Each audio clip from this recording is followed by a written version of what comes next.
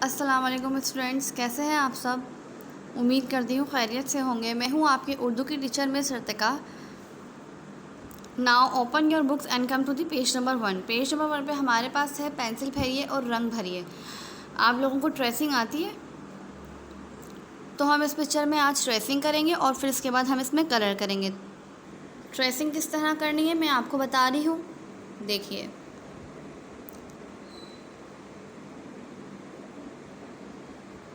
इस तरह हमें ट्रेसिंग करनी है।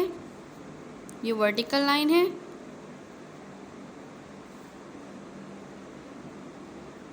इस तरह।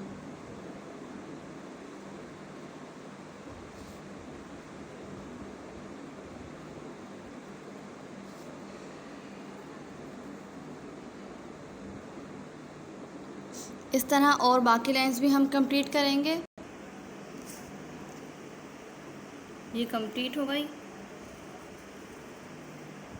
अब ट्रेसिंग के बाद हम इसमें कलर करेंगे। कलर किस तरह करना है, देखें।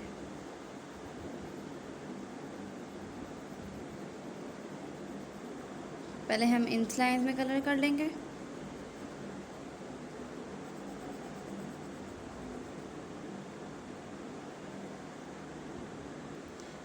इस तरह ये लाइन भी हमें कलर फिल करना है, इस लाइन में भी। आज के लिए बस इतना ही। नेक्स्ट वीडियो में मुलाकात होगी। जब तक अपना ख्याल रखिए। अल्लाह हाफिज़।